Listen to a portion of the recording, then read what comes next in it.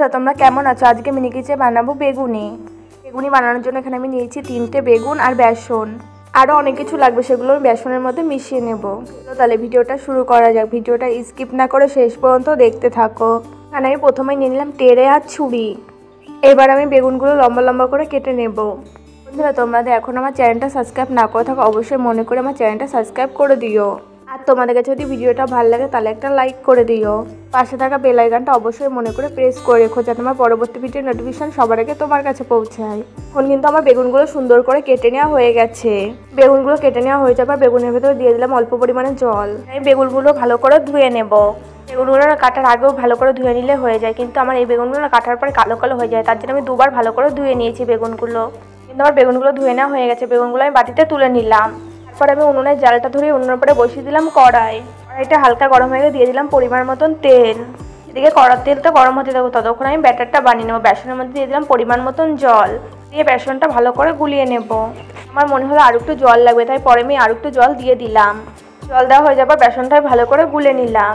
তারপর বেসনের ভিতরে দিয়ে দিলাম পরিমাণ মতন হলুদ গুঁড়ো দেওয়া হয়ে যাবার দিয়ে দিলাম পরিমাণ মতন লঙ্কা গুঁড়ো দেওয়া হয়ে যাবার দিয়ে দিলাম পরিমাণ মতন লবণ।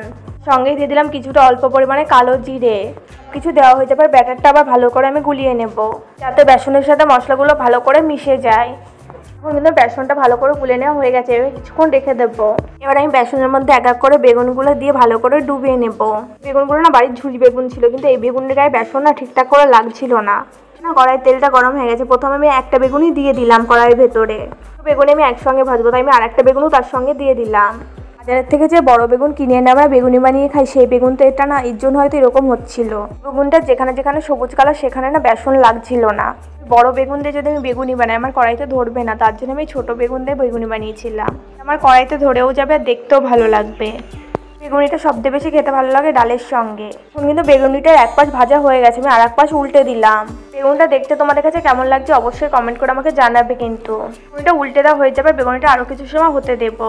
এখন কিন্তু আমার বেগুনিটা হয়ে গেছে। আমি বেগুনিটা সুন্দর করে প্লেটের পরে তুলে নিলাম। তোমরা কে কে বেগুনি খেতে পছন্দ করো অবশ্যই কমেন্ট করে আমাকে জানিও। এবার আমি কড়াইতে আরও দুটো বেগুনি দিয়ে দিলাম ভাজা হওয়ার জন্য।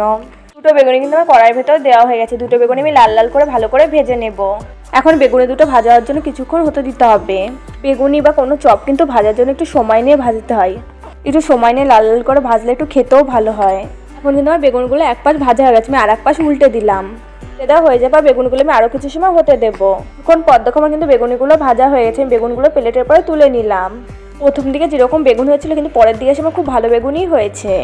বেগুনি দুটো তুলে নেওয়া হয়ে যায়, কড়াইতে দিয়ে দিলাম আরও দুটো বেগুনি। এবার আমি এই বেগুনি দুটো ভালো করে ভেজে নেবো কিছু সময় ধরে। কিছুক্ষণ পর দেখো বেগুনগুলো আমার এক পাশ ভাজা হয়ে গেছে। আমি আর এক পাশ ভাজা হওয়ার জন্য বেগুনিগুলো উল্টে দিলাম। বেগুনিগুলো উল্টে দেওয়া হয়ে যাবার বেগুনিগুলো আরও কিছু সময় হতে দেবো।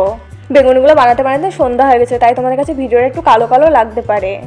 লাস্টে বেগুনি দুটো আমার সুন্দর করে ভেজে নেওয়া হয়ে গেছে, আমি বাটিতে তুলে নিলাম। আজকে মিনি কিচেনে বেগুনি বানানোটা তোমাদের কাছে কেমন লেগেছে অবশ্যই কমেন্ট করে আমাকে জানাতে ভুলবে না। যদি ভিডিওটা ভালো লাগে তাহলে একটা লাইক করে দিও। বেগুনিটা কিন্তু খেতে হয়েছিল খুব টেস্টি। আমরা পাশে থাকলে ভালো ভালো রান্নার ভিডিও করে দেখাবো।